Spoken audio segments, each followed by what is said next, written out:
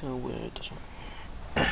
Hey there, Mr. Reddit here. Welcome back to another episode of r/ entitled Parent Stories. Our first story we'll be reading today, entitled Mom is Forcing Me to Marry Cousin to Make Her a Citizen. After that, Fire Me Before I Quit? I Ruin Your Life. And after that, Karen, do you need a friend? Now for every thumbs up this video gets, one Karen will start being nice. So please smash that like button.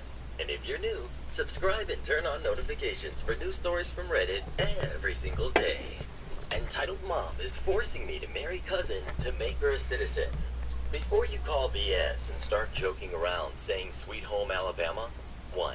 Believe me, I wish this was BS, but unfortunately, it's an actual situation I'm facing. 2. We are Dominican. Don't know if that changes everything. 3. I hate that song. I'm 20 and male. My cousin is 19 and female. Spanish was my first language. I have a third cousin in the Dominican Republic. They are not well off in that country, and her mom is a little neglectful. At this point, it feels like my mom cares more about her than me. But whatever. She deserves it. She's a good kid who does well in school and wants to move to the U.S. to go to nursing school. She can't, however, because she isn't a legal citizen. My mom decided that it would be the best plan for me to go to the Dominican Republic in June or July and marry my third cousin to make her legal. She brought this up a few years ago, but I thought she was joking. Apparently she wasn't, because recently she brought this plan up again. But she actually is talking about how she's already booked flights for the Dominican Republic and everything. What the heck? I'm in a relationship already, and my mom literally told me that she doesn't give a hoot about my personal life. All she cares about is going to the Dominican Republic and forcing me to marry my cousin. Thankfully, I talked about the plan with my significant other, and they are supportive. Due to what's going on, and not knowing if it's going to get worse, I think it's safe to say we are not flying out there. But my mom, for some reason, still acts like we are still going. Basically, I marry her and stay married for a year, then we divorce amicably. My mom pockets any money that's made from this, if any. When I tried to downright refuse this was met with screaming, physical anger, and threats to kick me out. I'm afraid to go to any family members because I don't know what's going to happen. What would you do if you were in this situation? Would you go ahead and marry her, or would you absolutely not? Please let me know. Fire me before I quit? I ruin your life. Since I'm still in school, I took a job at a bakery of types which I won't name. The place has bread in the name, but also sells overpriced salads and sandwiches. I worked there for close to a year, where I had this boss named Betty. Not her real name, of course. Betty and I didn't get along whatsoever. She had gotten the previous general manager to quit because she had an affair with him, and she threatened to tell his wife if he didn't leave. He quickly left the job, and she was promoted to the position. I didn't like her, but I have to respect the dedication to be the general manager of a small store. When I first started working there, I was respectful, but she would do things that would get on my nerves.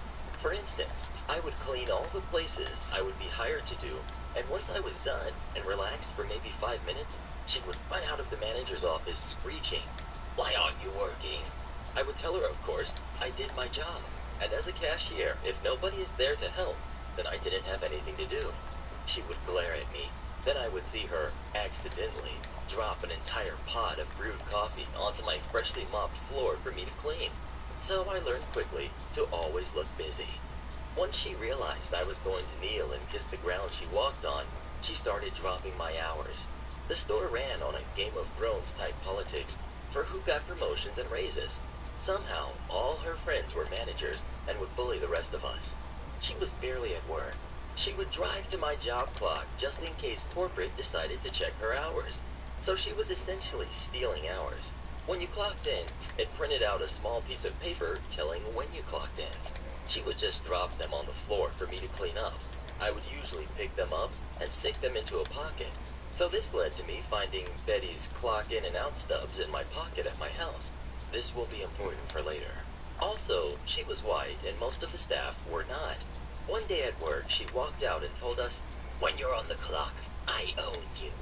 When we all reacted to look at her, she backpedaled and was like, "I didn't mean it like that." This will be important for later. So after a while, I got sick of practically begging for hours, so I went to my current job. but decided I merely wanted to drop my hours, which were already barely a day a week. But suddenly, when I got my new job, she scheduled me every single day of an entire week. She never did that, even when we were on semi-good terms. So I obviously told her I had a new job and couldn't do this. After that, I went home and called my friend, who was still working there, to tell him I was going to quit tomorrow. He has a habit of putting his phone on speaker when he's cleaning at work, so Betty overheard this, obviously.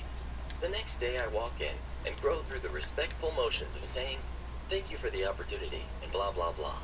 Betty let me get through the entire speech before she said, "Oh yeah, I was meaning to tell you, you're fired." I was so blindsided and upset, I cussed her out. My mom raised me to treat people with respect, but this jerk really upset me. So I left and was mad about being fired before I could quit, but didn't push the issue. I'm only 18 and I already had another job. I wasn't expecting Betty to give me a good reference anyway. I would have completely left it alone if it wasn't for the district manager, Ben, not his real name, texting me. The revenge. He thought I was still working there, so I explained to him I was fired. He was stunned due to the fact that I was a decent employee. He asked why she had let me go, and I explained it to him, and he was angry. He clarified that she fired me before I quit, and I said yes. He was mad that she did this and asked if there was anything else she might have done. I kind of just vented to him for a bit. When I told him about her hateful remarks, he asked if anyone else would collaborate with me. I forgot to mention that she slowly fired and forced people to quit and replaced them with her friends and family, which according to company policy she couldn't do. Something about conflict of interest. I asked all the people who were working that day if they could, and a few said they would, so they did. But one did even better. My one coworker, Andy, is convinced he's the next big vlogger, so he always has his phone out or just uses audio recordings for hours for a chance to catch a funny clip. I've watched his content, and let me say, it's just super cringe. But turns out he labels each recording by the day and times, so when he checked, he found her making hateful remarks. I got a brilliant idea, and with my other fired or forced to quit coworkers, we decided to scour Andy's recordings. We found some great moments of Betty saying controversial things or just being nasty. Like once a guest sneezed on the baked pastries, and when a coworker told her, she laughed it off and said nobody would know. But this wasn't enough for me. I try to avoid conflict, but when I'm in a situation, I'll follow it through. I looked her up on Facebook and found out that she was married. Nobody knew this, so when she had the affair with the other manager and basically blackmailed him, she was also married. I don't think anyone ever cared enough to find out because she was a nasty old lady. So I found the old manager's Mark Facebook and found out he and his wife were separated. Turns out, even after he quit, Betty was still trying to blackmail money out of him. When he didn't, she told his wife anyway, causing his wife to divorce him and basically leave him to go live with his parents. I did some research, and in my state, blackmail or extortion is a third-degree penalty, which has a max of 7 years in prison with a fine of over $10,000 to the victim. So I told the old manager what my plan was for her. He agreed to call the cops on her, but I asked if he'd wait until I finished my part first. He said he'd give me a week. So I met with District Manager Ben and showed him all of our evidence, the recordings and the written statements from my other ex-coworkers and people who were still working there. I also gave Ben the slips of paper when Betty clocked in and then left and returned 8 to 10 hours later to clock out. Ben thanked me for the information and then I left. A few days later, while walking past the store, I noticed it was closed in the middle of the day. I texted a guy who still worked there, and he told me everything. Turns out, Ben first checked the security cameras to see if she was there for the full time she claimed to be. Big surprise, she wasn't. So Ben decided to investigate the store's expenses, since if she's lying about her time, what else could she be stealing? He found out she was stealing money from the store. The guy didn't fully explain how she was, but just that she was. Turns out she was breaking a lot of health and safety codes and used the money for repairs and etc. for herself. So she was fired immediately, along with all of her minions, and that left barely anybody to run the store. They shut down to clean up the store and fix things she didn't make. So she's out of a job, and Mark told her husband, with photo proof, that she cheated on him. But Mark phrased it so it seemed like she still was. So Betty's husband flips out and decides to divorce her, and Betty is the type to post everything on Facebook. So she's begging someone to let her stay, but all of her friends and family totally bailed on her. So she was living in her car looking for a job. That's when Mark decides to sue her for extortion. So she scrambles to find a lawyer. And to make it even worse, the company decided to sue her for all the money she stole, and plus all the repairs and lost revenue while the store is closed. Betty's life is crap. She had to sell her car for drastically under what it's worth to pay for all the legal trouble. Mark told me bits and pieces of her crying in the courtroom, but not too much. I never was super close with him. Last I heard of Betty is she was living with her sister, who definitely hates her. To think she would have avoided all of this if she just let me quit. Karen, do you need a friend? This is what I get for going to the store instead of ordering groceries to be delivered. So with the stuff going on, I've been dutifully staying in my apartment like a decent human being and limiting any time I spend outside. Unfortunately, this has been heck on my partner's mental health, and the depression is real. So I decided, forget it. We're both food boys, and he likes cookies. There's a Giant the next block over. So I get dressed, put on my sweet Disney mask, go on Etsy, the designs are wonderful, and head out to get my partner some cookies. Now for reference, my style is hobo chic. So sweats, sneaks, graphic tee, and a hoodie. Keep that in mind. I go into Giant and head for the cookie aisle. I'm considering if I want to do Oreos or if I want to be fancy and get Pepperidge Farm. Those are important questions of life. When an older woman who is very short asks if I can grab something for her off the top shelf. Of course, I say yes because she was nice enough to ask. I'm a simple guy. I hand her the item and go back to my contemplation. As I decide to get them both, I hear the I've worked retail, and I've worked food service, so I know the sound of a wild Karen when I hear one. Me. What's up? Karen. What's up? Is that how you treat? I have zero in the way of spoons, and even less patience. Me. Ma'am, I'm gonna need you to look at me and try that line of thinking again. Karen. Who the? Me. Hey. Uh-huh. Let me tell you what we're not gonna do. I need you to woo and chill. I know you know better. Karen still looks mad but doesn't say anything. Me. Now, I can help you find an employee if you want, but what you will not do is yell at me. I am only here to get cookies. I point at my stomach. I'm a thick boy. Me. Not that I need them. Karen cracks a small smile. Gotcha. Me. But at this point, I'm committed to this. I didn't choose thick life. It chose me. Karen starts to crack and laughs a little, before all of a sudden starting to tear up. I'm 6 foot, 300 pounds, and black. A crying Karen is a bit detrimental to my continued freedom. Me. You okay? Karen. Yeah, it's just that this is the first time I've laughed in a while. My husband is in the hospital. Me. He caught it? Karen. Yeah. Me. I'm not sure if it means anything coming from some cookie guy, but I hope he recovers. Karen smiled and walked away. While she didn't apologize for popping off, I'm glad it didn't escalate further. Her husband's condition doesn't excuse what I'm sure would have been an awful tirade, but it does serve as a reminder that crap is bad for everyone. You're shopping for someone else? Yeah, right. So some context. Because of what's been going on, 2 families within my family's friend group are unable to leave their houses due to one or more of them being immunocompromised. One of the families gets groceries delivered to their house, but sometimes my mom and I will go buy stuff for them. But the other family consists of 2 people. They don't go through as much food, and they had a ton saved up. So when they need something, my mom and I will go to buy it for them. This story is about Family B. Last week, my mom sent me to the store to not only pick up shopping for our family, but for Family B too. One of the items on the list was hand sanitizer, and because some people are crazy, they will do anything to get it. I went into the store, fully expecting there not to be any left, but was able to find some, albeit small bottles. Now, the sign said 1 bottle per household, and I had asked a store employee if it would be alright if I got 2. 1 for my family and 1 for Family B. I got the okay and continued to shop. As I was looking for bagels, the bread section was torn apart and things were literally everywhere. This lady, entitled Mom, comes up to me and taps me on the shoulder. Me, somewhat freaked out as I didn't see her come up behind me. Sorry, I'll move a bit. Entitled Mom. Why do you have 2 bottles of hand sanitizer in your cart? It's 1 per family. Me. I'm shopping for two families right now. I find the bagels I was looking for, put them in my cart, then get started on getting the shopping for family B, walking away from the entitled mom as I pulled up the list. Hey! She grabs me by the shoulder and yanks me away from my cart. You can't have two bottles. It's one per family. Me, shaken up, as I don't like being grabbed by strangers. And I said, I'm shopping for two families. The entitled mom looks at my cart and scoffs.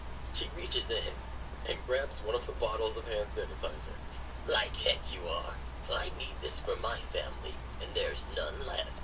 So I'll just be taking this. I grab her arm and yank the bottle from her grasp, put it back in my cart, and start walking off. Stop her! She just stole from me. Thief! Someone stop her! A store employee stops me and asks what happened. That kid, pointing at me, is taking two bottles of hand sanitizer for one family, and there's none left, and I need one. Me. First off, I'm not a kid. Second off, I'm shopping for a family friend who can't leave their house due to a compromised immune system. The store employee sighs. Employee. Okay, ma'am, referring to me. You can go. Sorry for the inconvenience. I leave, but as I am, I hear the entitled mother yelling and berating the store employee. I finished shopping and left the store. Family B was very happy to finally have some hand sanitizer, and so was my mom. Pick your battles. Several years ago, before we had the term Karen for certain customers, I decided to buy a grill. A little backstory. I worked the oil field and had told my crew if we met certain goals, I would build a kitchen trailer. My guys came through in shining fashion, and it was now up to me to hold up to my end of the bargain. Granted, I would be spending a lot of my own money, so that when I leave, I'll have a cool kitchen to take camping or for parties, but this has nothing to do with the incident. I ordered a very expensive custom grill through a retail outlet that shall not be named. This grill was amazing, and you would hope so for $12,000. I know that's crazy high, but this was fully custom made. I knew the exact second it arrived because the store manager called me asking when I would come pick it up. Stores don't like having too much inventory sitting around, especially something that expensive. I said I would be there that evening. I showed up, and while I was excited about the grill, I was in a bad mood. Work just sucked that day.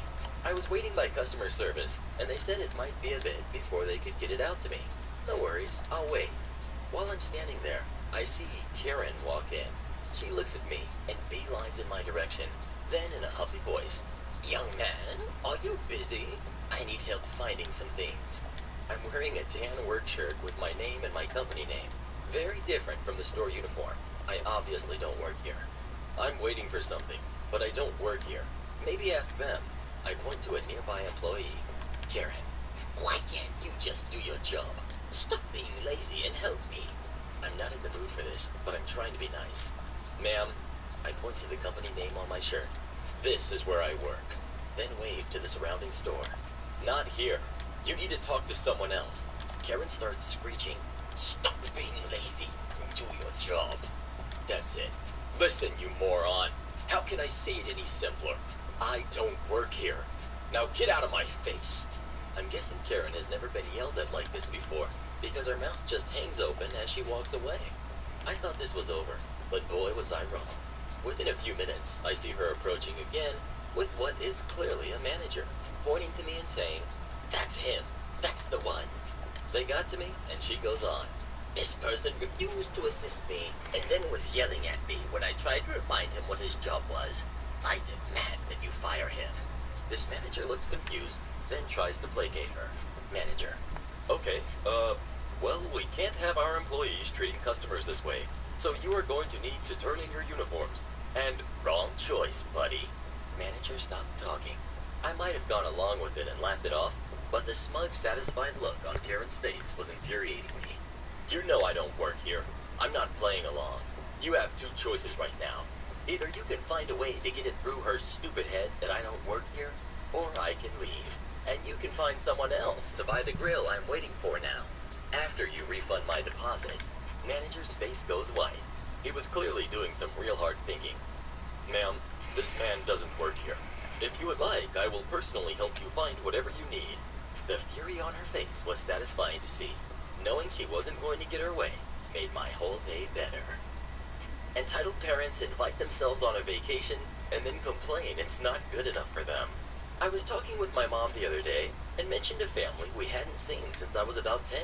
She told me that after a vacation they joined us on, they decided to stop being friends with them. Here is the story. My parents planned a vacation to take me and my brother to Yellowstone when we were 8 and 10. They told the entitled parents about the vacation they were planning, and they invited themselves to go with us. They figured it would be fun for us to all go together, as they had kids the same age as me and my brother.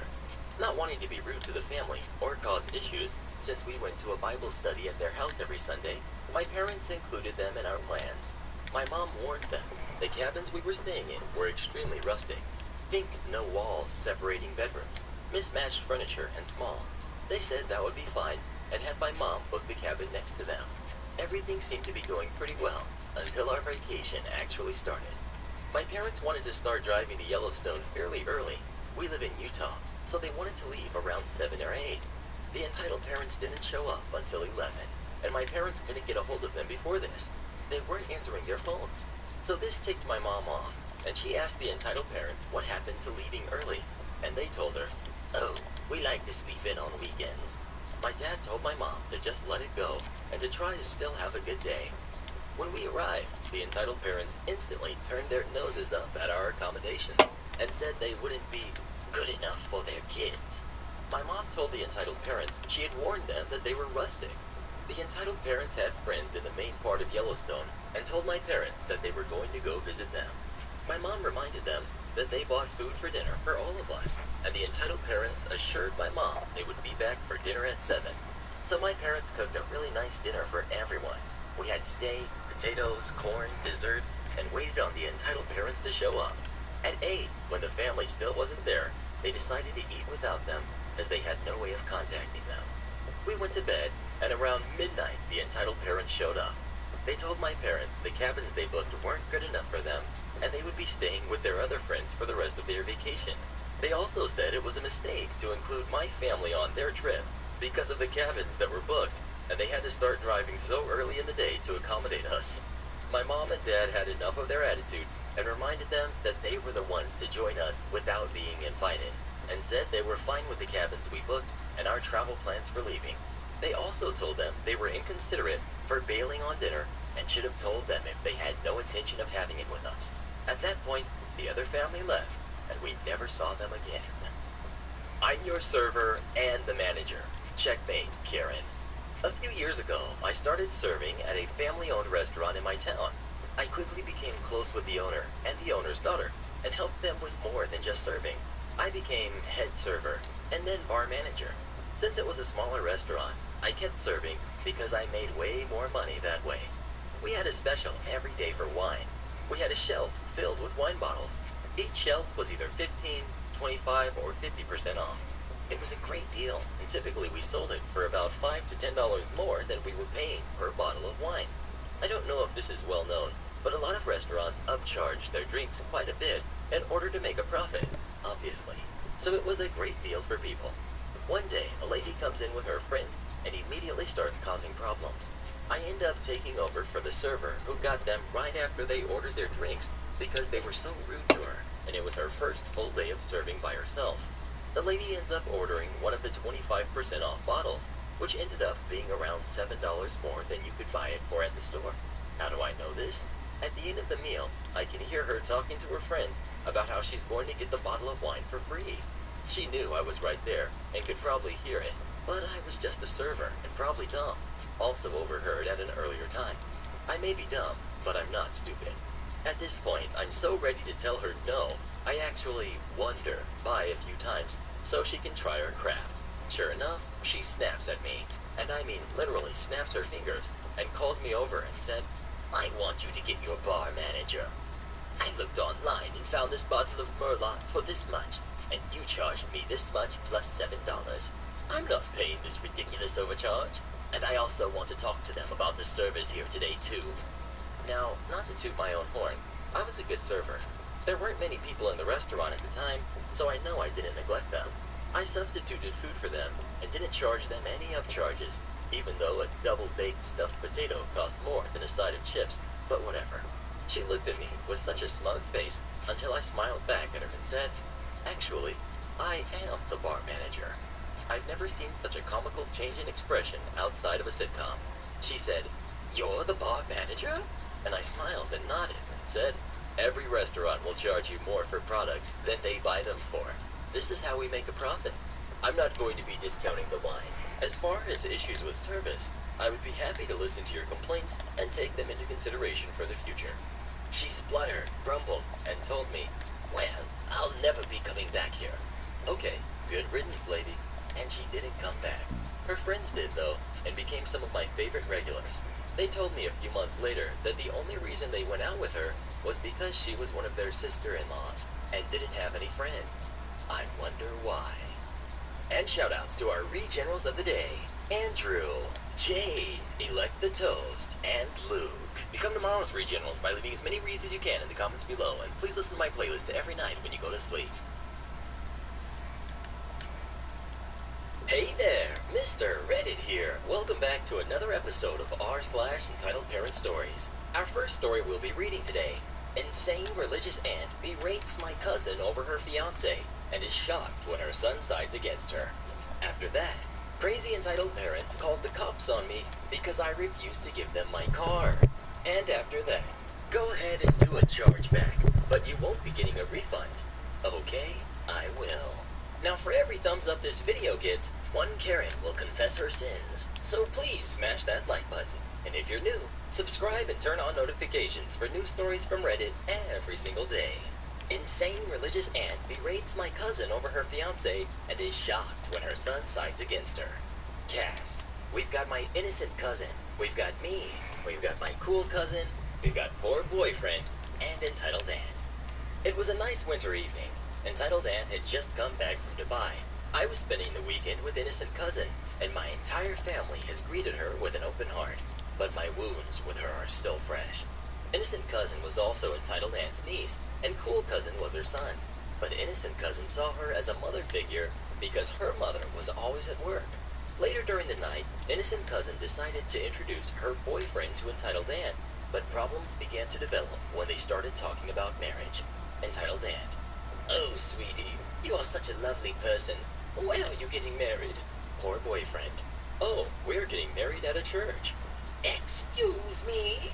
Innocent cousin: "Please, entitled aunt, we all know what happened with you and OP, and we don't want that to happen again." For some reason, entitled aunt started yelling again.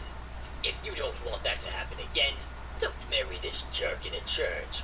Poor boyfriend: "Ma'am, please, I really love her." "If you really love her, you would leave her alone after I just warned you." Cool cousin: "Mom, that's enough." Me: "Yeah, we don't want to repeat what happened between me and you. If he wants to marry her in a church, so be it." "I'm not going to listen to the talk of a pagan worshipper. You already cost me my relationship with your mother, you little crap. You're not going to do the same thing now." Cool cousin was getting mad, and he started yelling. "Enough, Mom. Stop hating other people for what they believe in. You have already ruined many relationships with many of our friends and family. Why can't you keep your mind open and accept the fact that people who are different also exist?" At this point, the tension in the room can be cut with a knife. Innocent cousin: "Please, cool cousin, that's enough." Cool cousin: "No, that isn't enough. She already harmed OP, and she will be willing to do the same thing to you if you marry him." Then entitled aunt had the guts to smack cool cousin across the mouth for speaking the truth. "You little jerk. I raised you for 18 years, and now you are supporting these people?" Me: "That's enough, entitled aunt. Don't you realize that the more you try to push your own agenda on others, the more you will be hated? Even your own son can't stand your actions. The son which you raised. It's about time someone called you out on your stupid actions." Poor boyfriend and innocent cousin are getting married, whether you like it or not. Poor boyfriend quietly: "Thanks, man." Entitled aunt and cool cousin have finally calmed down. Cool cousin: "Mom, just please for once open your mind. Please don't always be opposed to the actions of other people. Please, Mom, I implore you to work with us this time." Entitled aunt: "Sorry, cool cousin, I simply can't.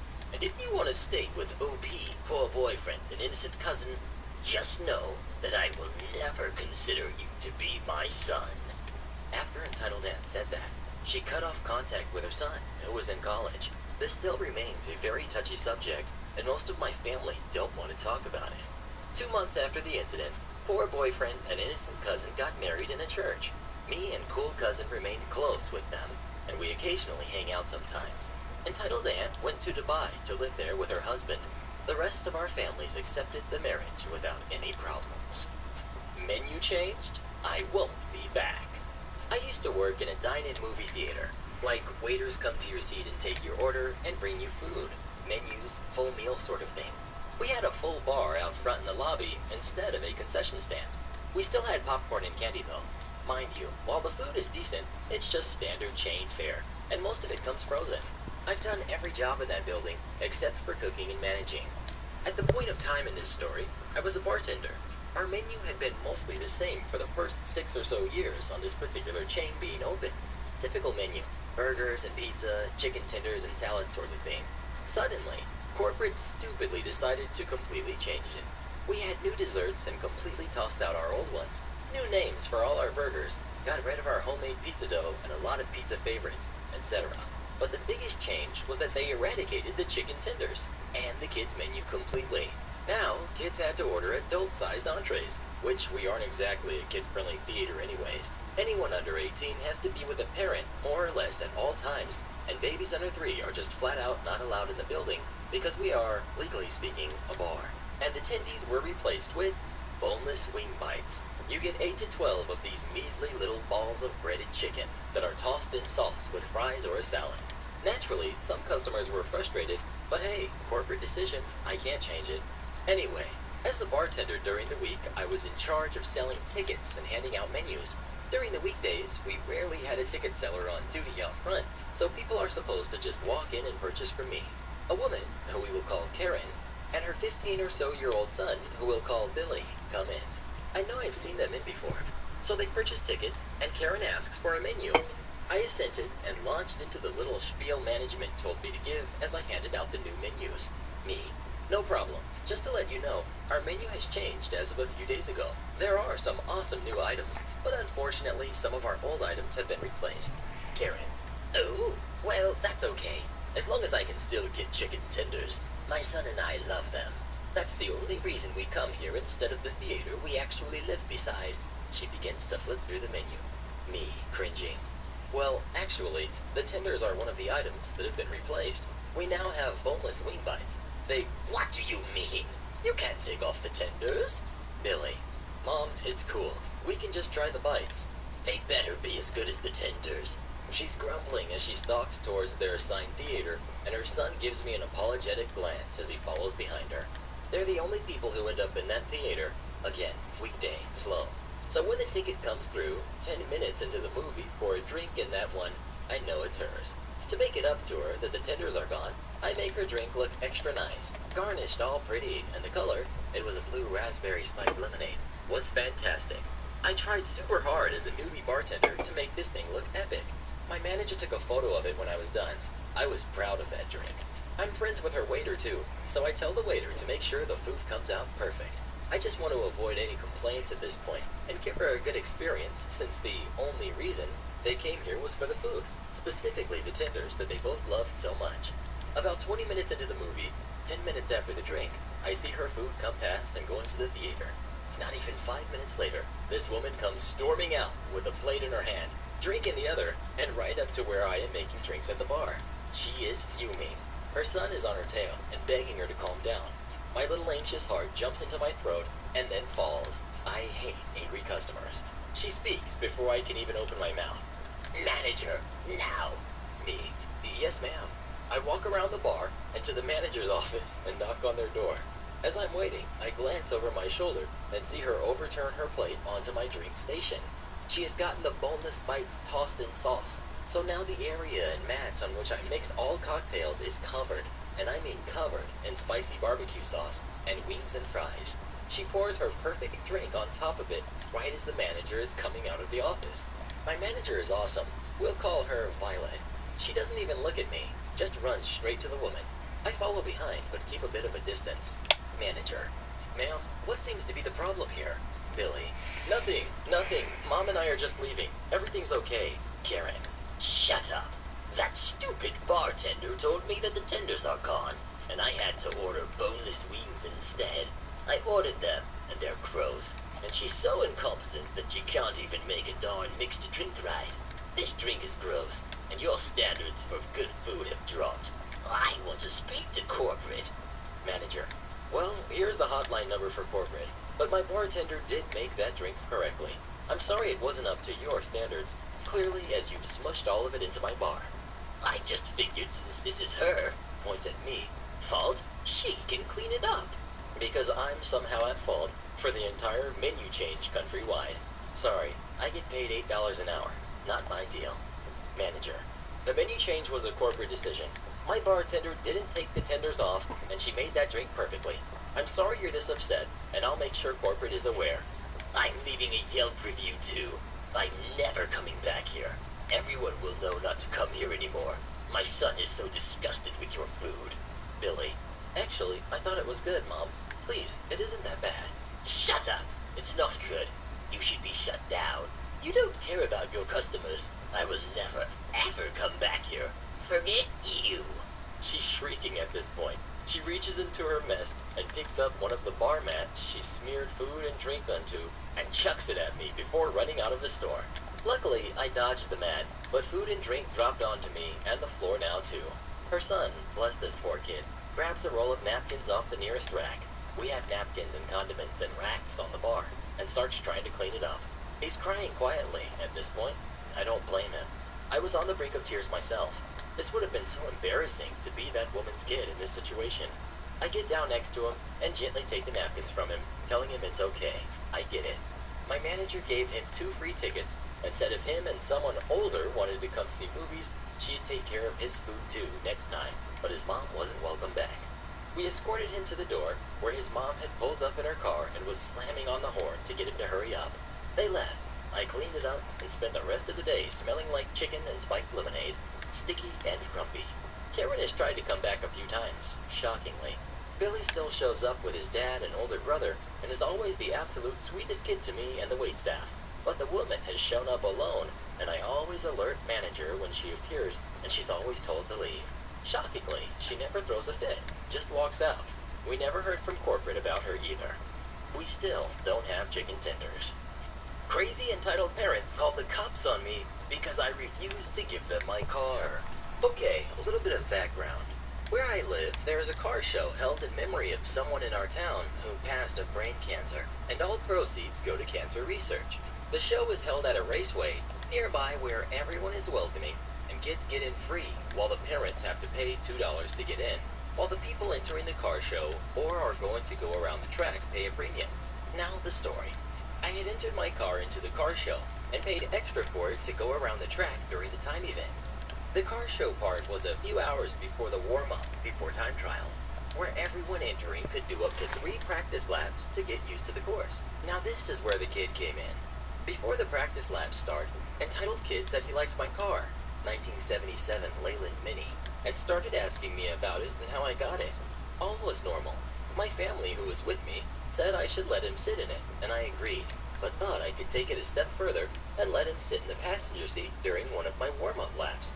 I said to him I would let him go around the track with me, on account I have his parents' permission.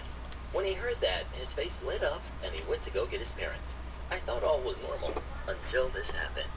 I was waiting around for the kid and his parents to show up. I hadn't moved from my spot, and was doing some pre-checks on my car before I went out. 20 minutes had passed, and I thought it was taking a little long for him to come back to give me an answer. But I thought I would wait a little longer, just in case he got lost. Next thing I know, another 20 minutes had passed. Then another 20 minutes. I had waited an hour for him to show back up and needed to get on the track.